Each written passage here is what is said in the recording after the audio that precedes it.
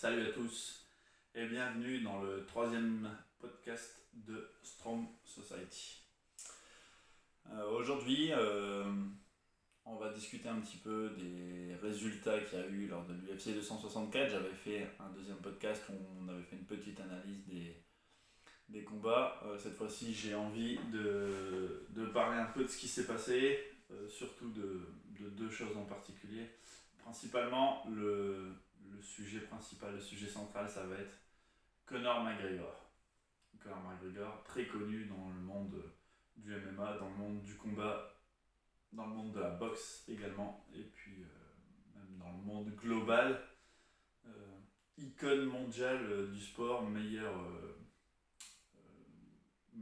C'est celui qui a remporté le plus d'argent l'année dernière, tout sport confondu, sportif le mieux payé de l'année dernière.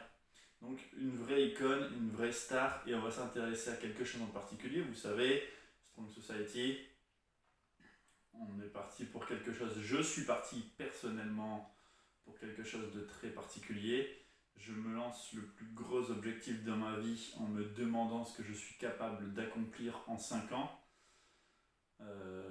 J'ai appelé ça le projet 1826 jours. Que suis-je capable d'accomplir en 1826 jours? Une fois de plus, je vous demande également de vous poser peut-être cette question et de vous dire que suis-je capable d'accomplir en 1826 jours. Et justement, on va prendre le prisme de ce combat du main event de l'UFC 264 qui s'est fini, pour ceux qui ne le savent pas, par une blessure de Conor McGregor. On va prendre ce prisme-là pour parler un peu de Conor et pour parler un petit peu de ce qu'on est capable d'accomplir ou justement de ne pas accomplir en l'espace de 5 ans. Petit récapitulatif de ce qui s'est passé lors des 5 combats de la carte principale. Ça avait commencé avec un combat exceptionnel de Sugar Sean O'Malley. Sugar Sean O'Malley au top niveau. Tout le monde a dit waouh, Moutinho, quel dur. Ok, le mec est dur effectivement. Le mec a réussi à subir les assauts de Sugar Sean sans se faire stopper. Ça s'est arrêté 27 secondes avant la fin. Très franchement, le stoppage ne me choque pas. Le fait qu'on laisse continuer le combat ne m'aurait pas choqué non plus. Je suis choqué ni par l'un ni par l'autre. Je comprends les deux décisions. Moi je pense qu'on a affaire à des êtres humains que de toute façon Moutinho avait déjà montré tout ce qu'il avait à montrer. Il n'y allait pas avoir de choses transcendantes pendant les 27 secondes restantes. À côté de ça, ça aurait pas été très cool, on va dire, pour Sean O'Malley que ce combat se termine à la décision, parce que ça reflète absolument pas ce qui s'est passé, même si à mon avis ça aurait pu donner du 30-26 ou du 30-25. Il y aurait eu plusieurs rounds à 18, ça m'aurait pas du tout choqué, mais effectivement, voilà, le stoppage ne me choque pas. Si on avait continué le combat, ça ne m'aurait pas choqué non plus. Même si, voilà, je pense qu'il faut penser non pas à la stat, non pas à quoi que ce soit, il faut penser au fait que nous sommes des êtres humains, que ces combattants sont des êtres humains, même si on pourrait croire que ce sont des machines, et que voilà, il y a des dommages irréparables au cerveau qui sont causés lors de ces combats. Donc il ne faut pas oublier ça. Et je pense que Herbin a bien fait de stopper le combat personnellement. Mais bon, l'inverse ne m'aurait pas choqué non plus. Ça, c'était pour le premier combat. Super combat de Sugar Sean O'Malley. Exceptionnel, une fois de plus, in and out. Il se fait très peu toucher. Très très bon dans le cardio, parce que oui, il a pris de grosses respirations. Mais franchement, il a absolument pas lâché. Il a toujours donné et il a toujours réussi, en plus de ça, en étant toujours en arrière. Hein. Il n'a fait que combattre en arrière parce que Moutinho ne faisait qu'avancer. Tel un chien enragé, mais superbe combat de Sugar Sean qui a vraiment réussi en termes de cardio. C'est impressionnant ce qu'il fait, parce qu'un combat comme ça où on met des dizaines de coups, je sais pas, je pense qu'il doit être pas loin d'un record dans ce combat, mais en tout cas impressionnant, vraiment impressionnant. Je savais que ça allait être une victoire, je l'avais annoncé, que ça allait être une victoire. Je voyais ça plus facile, mais de l'autre côté, on ne peut pas dire qu'il a eu une nuit difficile, on va pas se mentir. Deuxième combat, on était chez les femmes. Kunitskaya, dont j'avais omis le nom la dernière fois, qui affrontait Aldana. Aldana très très forte pour la catégorie, très très massive pour la catégorie. J'ai hâte de voir ce qu'elle est capable encore de donner pendant un ou deux combats et ensuite de jouer pour le titre parce que je pense que ça va être très très intéressant. J'ai un doute sur la catégorie, mais il me semble bien que c'était chez les bantamweights, ce qui veut dire qu'elle pourrait potentiellement affronter à un moment donné Amanda Nunes, qui affronte bientôt Juliana Peña. Ça va être un superbe combat, ça va se passer début août. Mais Aldana, voilà, dans un style très particulier, si elle sait vraiment maintenir une bonne garde, prendre peu de coups et aller chercher le sol, je la trouve vraiment massive. Mais bon, Amanda Nunes est tellement au-dessus en termes de striking. Il n'y a que quand on se met dans la cage face à elle, je pense qu'on peut se rendre compte de ce que c'est. Donc qui sait. Mais en tout cas, un combat sympathique aussi. Ensuite, la petite déception de la nuit, ça a été que voilà, Greg Hardy face à Tai Tuivasa, ça n'a duré que deux petites minutes. Greg Hardy qui fait une erreur de débutant, sans prétention, hein, j'aurais sans doute fait bien pire que ça. Même je pense que je n'aurais pas tenu 5 secondes face à Bam Bam Tai Tuivasa, mais beau combat quand même malgré tout. Je regrette juste que ça n'ait pas été un petit peu plus loin en fait. C'est surtout ça qui m'a laissé sur ma faim. Qu'au main event de la soirée, on était sur Stephen Thompson qui affrontait Gilbert Burns, pardon. Très très beau combat également. Je trouve que Gilbert Burns a montré quelque chose de très intéressant. Ce que je retiens le plus de ce combat, c'est surtout ce qui s'est passé à la fin du combat, l'interview de Gilbert Burns qui a envie d'aller se frotter à Jorge Masvidal. Ça va être très très très intéressant. Ça va être un très très bon combat. On arrive donc au point de la nuit, au main event de la nuit. Conor McGregor face à Dustin Poirier, la trilogie. Tout le monde attendait le combat avec une impatience folle. Bon, ce qui s'est passé, ça a été fou également, mais personne n'aurait pu prédire ça. Conor qui se casse littéralement le tibia juste avant la fin du premier round. Il y a beaucoup de choses à dire. Je suis passé par un peu toutes les phases. Ma première pensée a été de me dire que ce premier round de Conor n'était pas suffisant, n'était pas suffisamment...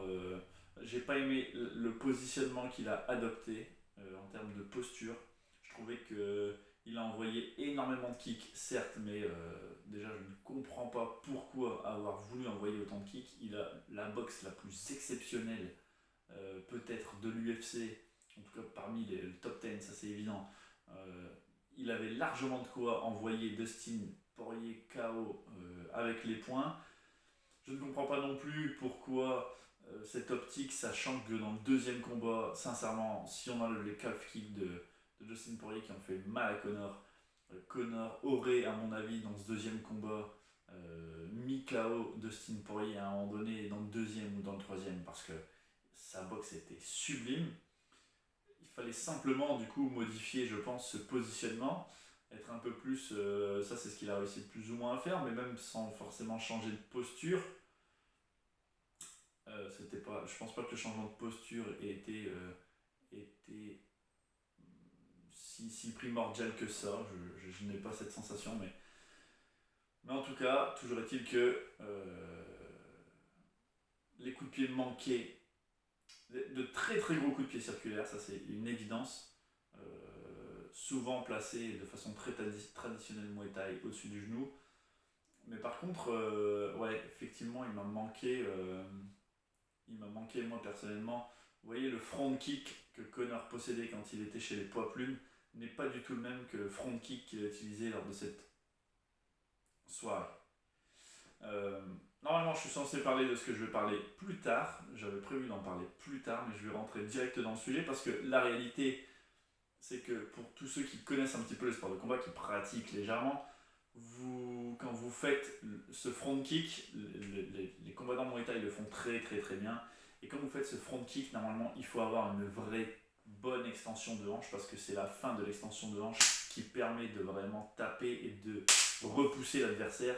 Surtout que Connor les place très très bien, souvent, et ils font très très mal ces coups. C'est un peu comme un bon coup, un bon coup, un bon coup au corps, un bon coup au foie à la boxe, même si on va pas chercher le même organe, un peu en dessous du plexus solaire, ça peut faire très très mal.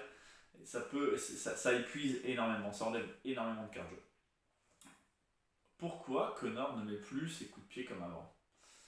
J'ai peut-être une partie de la réponse. Si vous n'avez pas vu, regardez sur l'Instagram de Strong Society, j'avais publié une photo quelques heures ou quelques jours avant le combat de Connor. Ça m'a été pointé par quelqu'un sur Instagram. Je trouve ça vraiment perturbant de voir que Connor, avant d'affronter Chad Mendes, donc on était il y a quelques années, hein, c'était 2015, donc il y a 6 ans maintenant.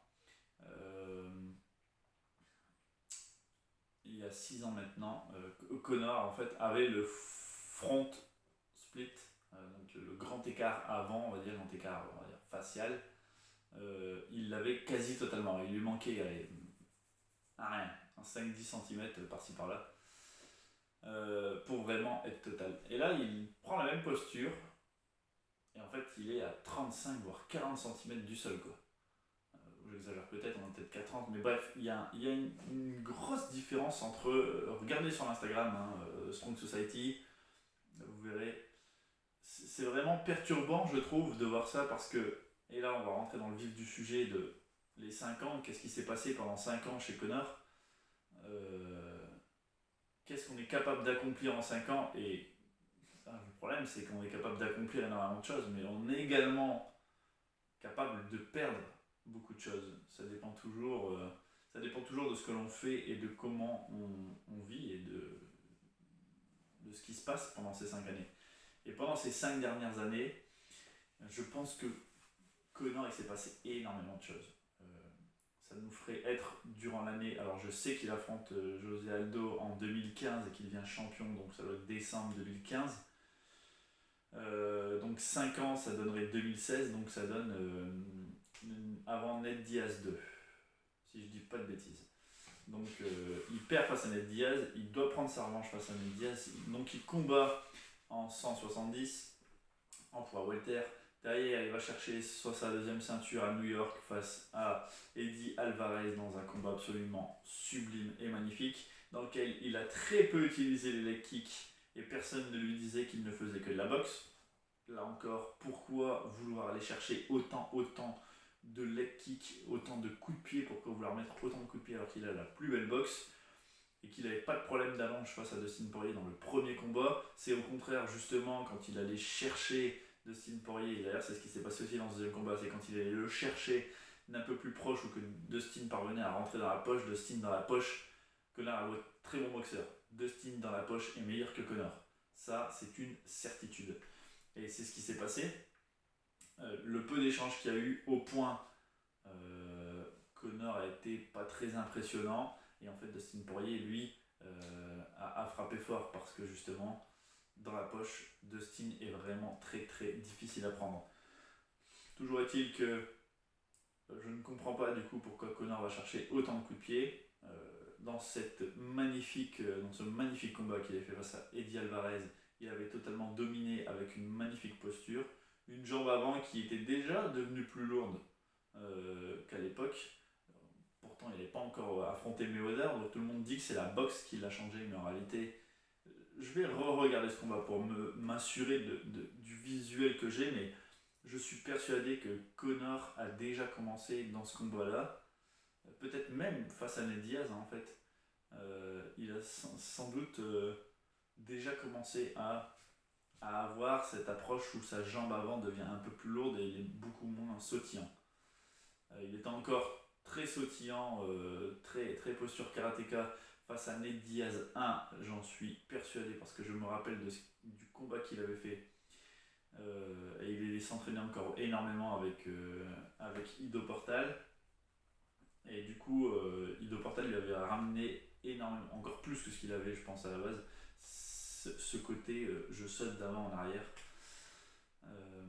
ce positionnement de karaté. Mais voilà, bref, toujours est-il que je ne comprends pas pourquoi on insiste là-dessus alors que c'était déjà le cas avant, et qu'il avait fait l'une des performances les plus exceptionnelles de l'UFC, un combat mené de bout en bout, de main de maître, et avec un finish digne de Street Fighter, on va être honnête.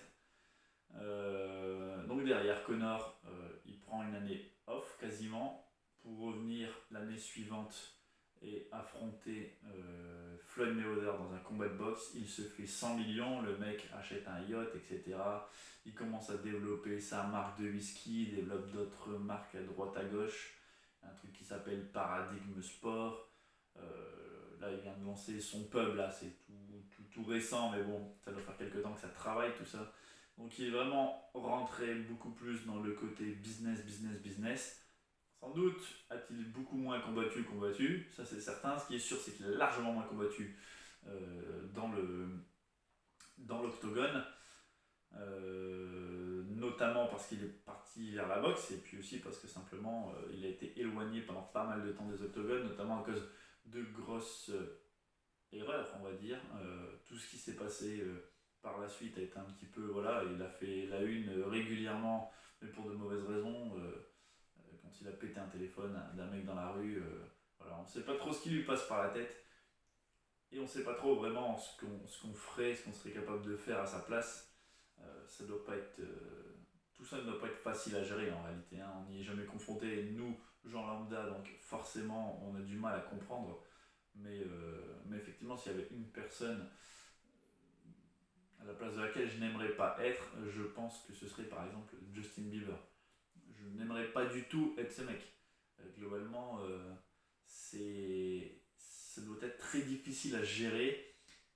On a beau critiquer et dire tout ce qu'on veut, être une égérie, une icône, que la plupart des nanas vous tournent autour, que tout le monde veut vous gratter des bifetons ou d'une manière ou d'une autre avec un sponsor, un truc, un machin. C'est très difficile de s'y retrouver dans ses relations, dans ses amis.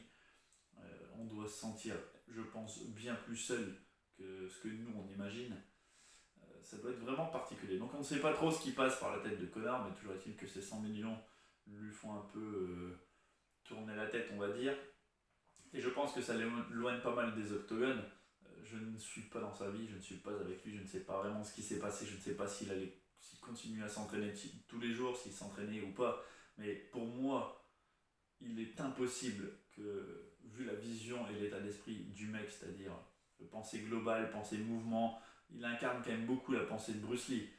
Ça me paraît absolument impossible que le mec se soit autant entraîné, ou au moins entraîné très régulièrement après la période de Floyd Mayweather, que pendant tout ce qui a précédé. Quand on voit du coup à quel point son grand écart, à quel point il a perdu, ça ne se perd pas comme ça. Si ça s'entretient, une fois qu'on l'entretient, c'est bon, on l'a tout le temps. Il suffit d'en faire, il suffit de faire 5-10 minutes d'étirement tous les jours ou plusieurs fois par semaine sur ce mouvement, et c'est totalement acquéri. Qui plus est, ça on parle que de statique, mais eux ils font également une forme d'étirement qui est mobile en combattant, et où effectivement on a à en mettre la jambe en haut ou en bas, ou plus ou moins haut quand on va chercher le high kick. Forcément on travaille aussi l'étirement du grand écart. Donc s'il a perdu à ce point-là, ça, je pense que c'est parce qu'il y a vraiment quelque chose qui ne s'est pas passé derrière. Il y a eu un manque d'entraînement ou quelque chose. Et donc, après ça, il revient, le match face à Khabib, ensuite il est plus là pendant un certain moment, puis il revient à nouveau face à, cette fois-ci, Donald Cerrone, puis il a un an d'absence et il revient encore une fois. Bref, c'est toujours que des retours. Pas facile de le caser où que ce soit, parce qu'avec un combat par an, c'est pas très simple. C'est pas très simple, plus 2 ans d'absence, hein. Il y a un moment, j'avais regardé justement dans les 5 dernières années combien les deux avaient combattu. Je dois l'avoir quelque part, essayer de le faire de tête. Je pense qu'on est à 6 combats pour Conor contre 10 pour Dustin Poirier. Donc c'est quand même 4 combats de plus en l'espace de 5 ans. Ça fait quasiment un combat de plus par année, c'est quand même déjà beaucoup. Et en termes de rounds, je crois que Conor fait 10 ou 12 rounds, je pense. J'ai pas compté du coup la boxe, hein, pour le coup, parce que c'est vraiment C'est pas... Je l'ai compté dans les combats, mais je l'ai pas compté dans les rounds parce que ce n'est pas équivalent. Et là, Dustin, je crois, est à 30 rounds. Donc Dustin a fait 3 fois plus de rounds dans l'octogone pour de vrais combats que Conor lors des 5 dernières années. Donc forcément, il y en a un qui est plus près que l'autre. Donc voilà, tout ça c'était ma pensée globale au début de ce combat. Et puis ensuite, après, je vais être franc, je n'ai pas trop aimé le Conor dans l'octogone, mais au plus je le regarde, au plus je me dis, ouais, bon, c'était pas non plus horrible. Par contre, ce que j'ai vraiment pas aimé, c'était son trash talk. J'ai pas du tout aimé. Voilà, je trouvais que Conor était devenu celui qu'on aurait voulu qu'il soit depuis le début, ou peut-être pas d'ailleurs. Hein. Mais je trouvais que ce côté gentil, ce côté très humble, était tout à son honneur. Et il savait justement dire, je vais le mettre KO. Enfin, c'est pas vraiment être humble, mais je vais le mettre KO. Mais il ne le faisait pas avec une arrogance ou une méchanceté surtout. C'était dit simplement du genre, ouais, je sais que je suis supérieur, je sais que je vais le battre. C'est certain. Ça s'appelle être sûr de soi. Maintenant, effectivement, on sait qu'il ne faut pas être trop sûr de soi non plus, mais j'ai pas trop apprécié du coup cette manière de faire du trash talk dans ce combat. J'aurais vraiment préféré que ça se passe comme le deuxième, mais c'est comme ça, et en fait, voilà, je ne peux rien y changer. Il est comme il est, il pense comme il pense, c'est comme ça. Donc ça c'est pas vraiment le point le plus important, mais personnellement, voilà, je n'avais pas forcément aimé tout cela. J'aurais aimé voir un Conor qui émerge là sur ses derniers combats maintenant, et qui reste comme ça, qui est beaucoup plus serein, beaucoup plus calme, parce qu'en fait il n'a plus rien à nous prouver, et la seule personne à qui il doit encore prouver des choses, je pense, c'est à lui-même. Il doit prouver qu'il est encore au top, et qu'il est encore parmi les meilleurs. Cela dit, il s'est passé donc ce qui s'est passé. Le combat a tourné comme ça, et on peut se demander si effectivement Conor n'a pas perdu, n'a pas gâché son potentiel, d'une part en voulant aller dans la boxe, parce qu'en fait il a arrêté d'avoir faim, je pense. Je déteste quand on dit ce genre de choses, mais là je suis obligé de l'avouer et de l'admettre. Je pense qu'à un moment donné, Conor a arrêté d'avoir faim. Conor, voilà, les 100 millions lui sont peut-être un petit peu montés à la tête, mais surtout, ça a tellement changé et transformé sa vie. Et moi, j'aimerais énormément comparer Conor à un autre combattant, et j'aurais voulu qu'il se rapproche de ça, là. Et je commençais à le voir un petit peu sur... je trouve qu'il reste toujours trop dans le business, dans les thunes et dans ce genre de choses. Maintenant, si c'est comme ça qu'il veut vraiment vivre sa vie, tant mieux pour lui. Mais j'aurais vraiment aimé qu'il incarne, parce qu'il comprend cette philosophie. J'aurais aimé qu'il incarne la philosophie de Bruce Lee et la philosophie des arts martiaux. Or, c'est pas du tout ce qui se passe. Et j'ai envie de comparer Conor McGregor, du coup, à un autre combattant qui est en train de monter, qui devrait bientôt jouer pour le titre. Plusieurs catégories au-dessus de celle de Conor, chez les lourds légers, qui s'appelle Jiri Prochazka. Jiri Prochazka, je ne le connaissais pas, je ne vais pas faire expert, je ne le connaissais absolument pas, je l'ai découvert face à Ozdemir, puis lors de son dernier combat face à, j'ai oublié son nom, mais un superbe combattant, et qui incarne vraiment, je trouve, les arts martiaux. Le mec est totalement dans son truc. Il me semble qu'il habite dans une petite cabane. Enfin, il n'y a rien. Il y a une excentricité quand même. C'est sa coupe de cheveux. Il avait affronté Reyes, tout à fait. C'était Reyes qu'il avait affronté. Mais voilà, son excentricité, c'est sa coupe de cheveux, quoi. Mais derrière, par contre, il y a une façon de combattre tout à fait à lui, tout à fait particulière, qui lui est propre. Et voilà, je trouve ça vraiment très intéressant de vous. c'est ce que j'aime en fait dans le combat. Ce qui est vraiment intéressant pour moi dans le combat, Bruce Lee le disait comme ça, il disait que c'est une façon honnête de s'exprimer. C'est la façon la plus honnête de s'exprimer. Et c'est vrai qu'en fait, souvent il y a des combattants, ils se ressemblent. Voilà, ça arrive. Ils ont à peu près le même style.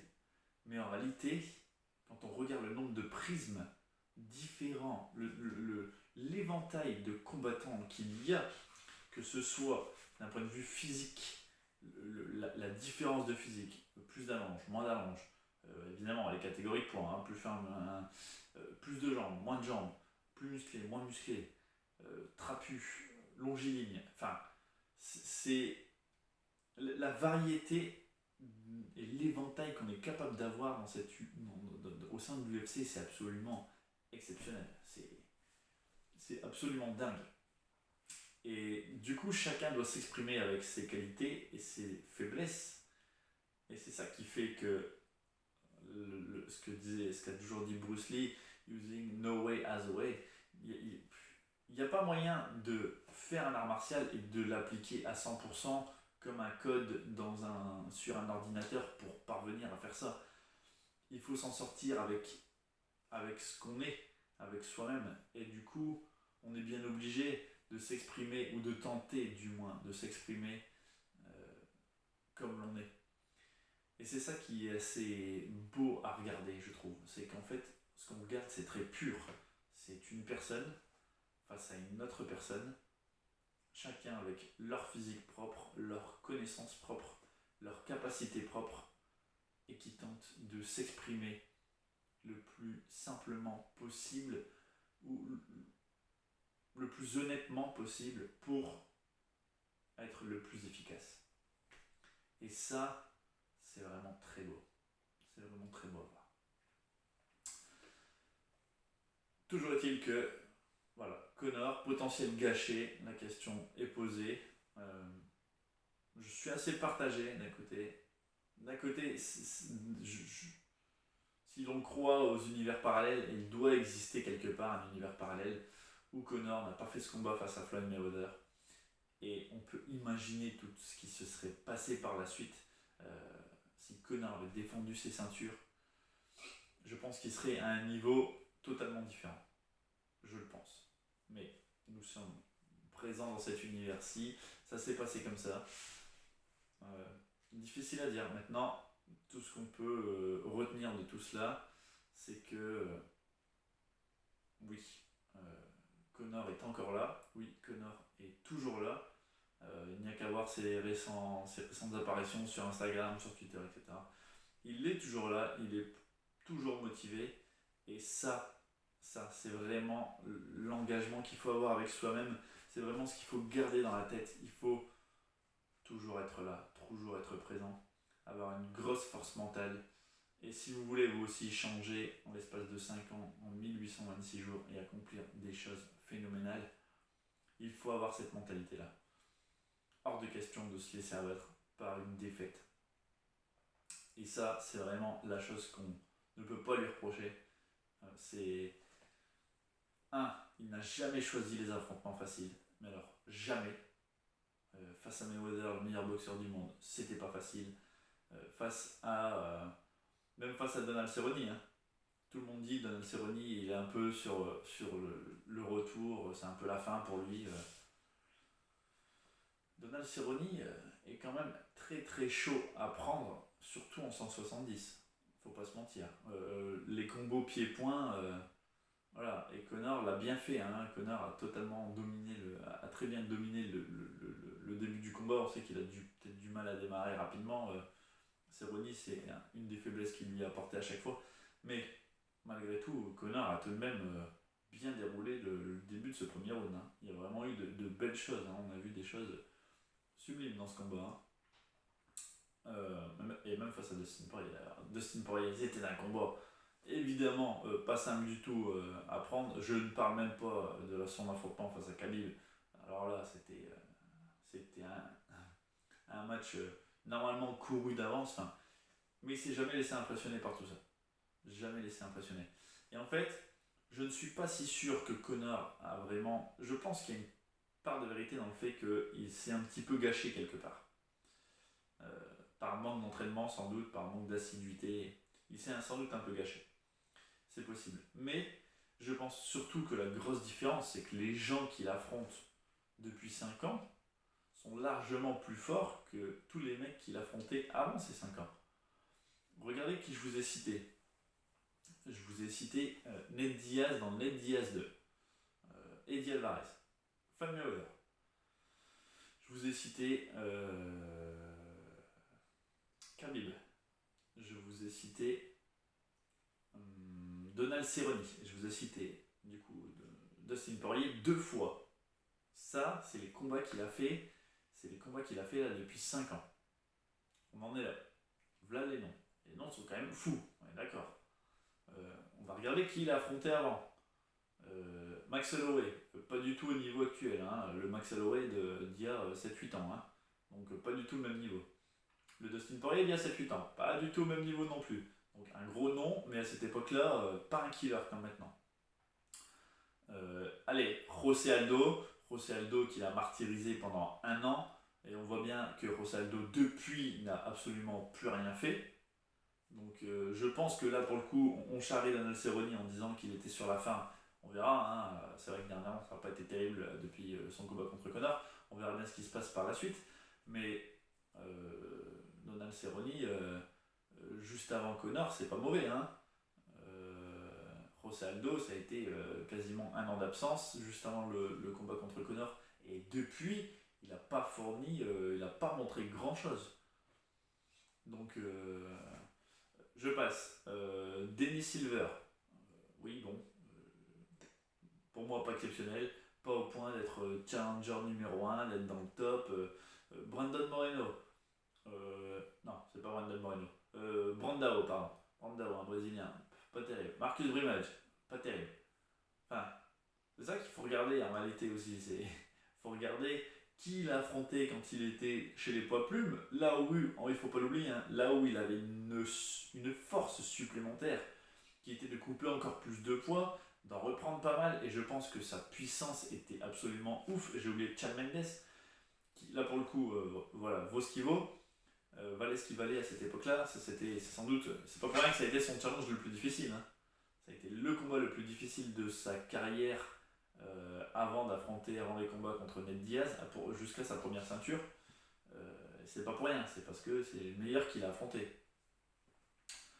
Bon, José Aldo, ça aurait pu être largement plus difficile aussi, mais ça s'est passé comme ça s'est passé. Mais mentalement, je pense, voilà, il y a eu quelque chose qui fait que José Aldo a totalement été cassé et que ce n'était pas le José Aldo qu'on connaissait.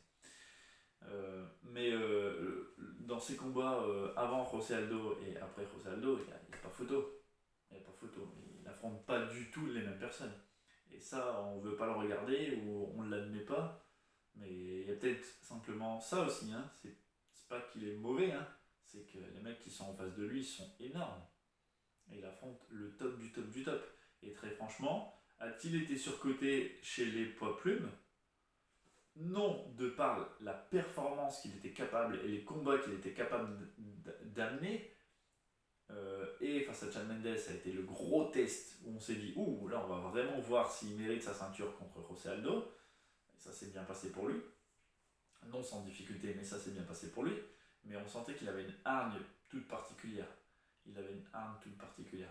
Et ce qui est marrant, c'est qu'il coupait du poids, mais il avait l'air moins fatigué dans les rounds suivants. Ça, c'est vraiment quelque chose d'assez étrange. C'est vrai qu'on ressent beaucoup plus sa fatigue à 170 et à 155 plutôt qu'à 145. C'est très particulier, mais je ne comprends pas pourquoi. Normalement, quand on coupe du poids, on devient plus rapidement fatigué, hein, je pense. Je ne suis pas expert, hein, je ne l'ai jamais pratiqué moi-même, mais c'est ce que j'aurais tendance à croire. On est plus proche d'être déshydraté, donc forcément, plus difficile de récupérer. Donc normalement, moins de cardio. Maintenant, moins de poids à porter, donc peut-être que ça se rattrape, je ne sais pas. Toujours est-il que les combats avant José Aldo étaient beaucoup plus simples que les combats après José Aldo. Et ça, il n'y a pas grand monde qui le dit. C'est un peu gênant parce que c'est aussi sans doute pour ça qu'il a l'air bien plus mauvais maintenant que ce qu'il n'était, ou moins bon maintenant que ce qu'il n'était. Mais en tout cas, Pour répondre à la question, a-t-il été surcoté chez Popum? Non, je dirais, par rapport à ses performances, parce qu'il faisait des grosses perfs, des choses impressionnantes. Mais par rapport aux adversaires qu'il a affrontés, oui, oui. Moi, je me suis posé la question honnêtement avant qu'il affronte José Aldo. Est-ce qu'on le surcote pas un peu là? Et une fois qu'il a battu José Aldo, je me suis dit, ça, ça a presque été trop vite. Du coup, voilà, il y a toujours le petit coup de chance hein, du mec qui arrive à mettre KO. Même si pour moi, c'est pas de la chance, mais vous comprenez ce que je veux dire. Il n'a pas eu le temps de prouver qu'il était vraiment au niveau du champion José Aldo. Il aurait fallu que ça fasse 2 rounds au moins, ou même un round complet pour qu'on voit vraiment à quel point il dominait. Là, on n'a pas eu le temps de voir s'il dominait, ça a duré 15 secondes. Donc forcément, difficile à juger. Mais toujours est-il que je me suis posé cette question de me dire, est-ce qu'il n'est pas un peu surcoté? Forcément, Ned Diaz vient rajouter une couche par derrière en se disant, ah ouais, quand même. Mais bon, toujours est-il que Connor a toujours accepté ces challenges. Il a accepté d'aller affronter Ned Diaz. Alors qu'à la base, c'était ni sa catégorie, ni le combat qu'il était censé mener au départ. Il a décidé de réaffronter Ned Diaz pour se venger. Connor adore la vengeance apparemment. Le mec veut venger toutes ses défaites, quoi. C'est un truc de... Alors, je serais pas étonné qu'il veuille réaffronter Khabib et Mayweather. Ça serait donc du coup face à Ned Diaz une deuxième fois. À nouveau, il pourrait se dire la facilité, on va à 155 histoire de couper la part en deux. Non, on reste à 170. Il prend le challenge. Derrière, Eddie Alvarez, qui n'était pas un petit combat. Derrière, Mayweather. Derrière, Khabib. Enfin, c'est tout des challenges de dingue. 2 fois Poirier, j'ai insisté dessus aussi. C'est... S'il y a vraiment une chose qu'il faut retenir, c'est est-ce qu'il affaiblit? Peut-être un peu. Est-ce qu'il s'est un peu moins entraîné? Peut-être un peu. Mais il y a d'énormes adversaires qui ont débarqué face à lui. Il est monté de catégorie. Il y a beaucoup de choses qui ont changé. Le game a un petit peu changé également. Par exemple, les calf kicks. Une conversation de Joe Rogan qui disait en gros, Connor, quand les calf kicks ont commencé à vraiment être utilisés, à émerger, il était en train de faire de la boxe. Donc forcément, le mec ne les a pas testés. Donc beaucoup de choses ont changé. Mais ce qu'il faut garder à l'esprit, c'est cet esprit de conquérant qu'il a, qui est vraiment, je pense, un moteur essentiel pour n'importe qui souhaite accomplir, qui souhaite accomplir des choses dans ce monde. Cet esprit-là, il faut le garder et cette volonté d'aller chercher le challenge. Il pourrait jouer plus facile et esquiver des trucs, mais non, il va chercher tout le temps, la plupart du temps, il va chercher les combats les plus difficiles qui sont à sa portée. Et ça, on peut pas les reprocher. Voilà, c'est ma réponse à ce Conor McGregor. Est-il un potentiel gâché? Je ne pense pas. Je pense qu'il plus est qu'il va revenir. Je pense qu'il plus est. Il s'en est vanté. Il a une jambe en titane, je crois, maintenant indestructible. Donc, du coup, normalement, la jambe gauche devrait faire encore plus mal. D'ailleurs, il faut se poser la question, est-ce que c'est légal ça? Je ne sais pas. Mais potentiel gâché, non. Je pense qu'il y a encore de belles choses. Il y a de belles choses encore à fournir. Je pense que c'est une belle histoire. Je pense qu'il y a beaucoup de choses qui vont arriver. Il y a un documentaire apparemment qui va arriver sur Netflix qui va parler un petit peu de cet avant-combat face à Poirier. J'ai hâte de découvrir ça. Il y a énormément de choses qui peuvent se produire pour Conor, parce que si Poirier n'est pas disponible pour le 4e combat de suite, quand il revient, on peut bien imaginer que il peut y avoir un petit combat face à Ferguson qui pourrait ne pas être dégueu. Chandler a dit qu'il voulait le prendre aussi. Et à chaque fois, ce sont toujours des gros combats, ce qui fait que ça met Conor dans la boucle pour redevenir contender numéro 1, la poule aux œufs d'or qui plus est, pour devenir contender numéro 1 pour aller chercher un titre très rapidement. Et un combat que personne ne voit parce que le mec n'est pas assez coté, mais il est quand même classé numéro 4 dans la catégorie. Personne n'en parle, et moi je trouverais ça sympa parce qu'en plus c'est pas du tout le profil à Conor, donc du coup ça pourrait limite l'intéresser. C'est Daniel Dariush qui a, il y a pas longtemps, éclaté littéralement Ferguson au sol. Et ça pourrait être très très intéressant. Et puis il y a toujours l'opportunité d'aller à 170, soit pour affronter Ned Diaz pour la triplette, soit il y a bien les trilogies, donc autant en faire une autre, soit faire tout un tas d'autres choses en 170 qui pourraient être intéressantes également. Je ne sais pas, affronter Rafael Dos Anjos par exemple, tout un tas de trucs comme ça. Mais voilà, le mec a encore beaucoup, je pense, à fournir et à montrer, et je suis très intéressé de voir tout ça. Potentiel gâché, non. Non, je ne dirais absolument pas ça, je ne dirais absolument pas potentiel gâché. Je dirais simplement que la vie est faite comme elle est. Il y a des moments faciles, il y a des moments plus difficiles. Connor, comme il l'a dit au micro, il y a dans ce jeu, c'était pas un jeu pour moi, mais dans ce sport, dans ce jeu, il y a les plus grandes hauteurs possibles et imaginables, the highest high and the lowest low, et les bas les plus profonds. Et là, il était simplement dans l'un des bas les plus profonds sans doute de sa carrière. C'est à voir ce qui va se passer. Et j'aimerais qu'on se repose aujourd'hui. Et je vais faire comme si Connor souhaitait participer à mon projet 1826, au projet de Strong Society. À votre avis, dans 5 ans, où sera Connor? C'est ça la question. Allez, projet 1826, abonnez-vous au YouTube et à l'Instagram pour ensemble tenter de créer quelque chose de fou. Peace.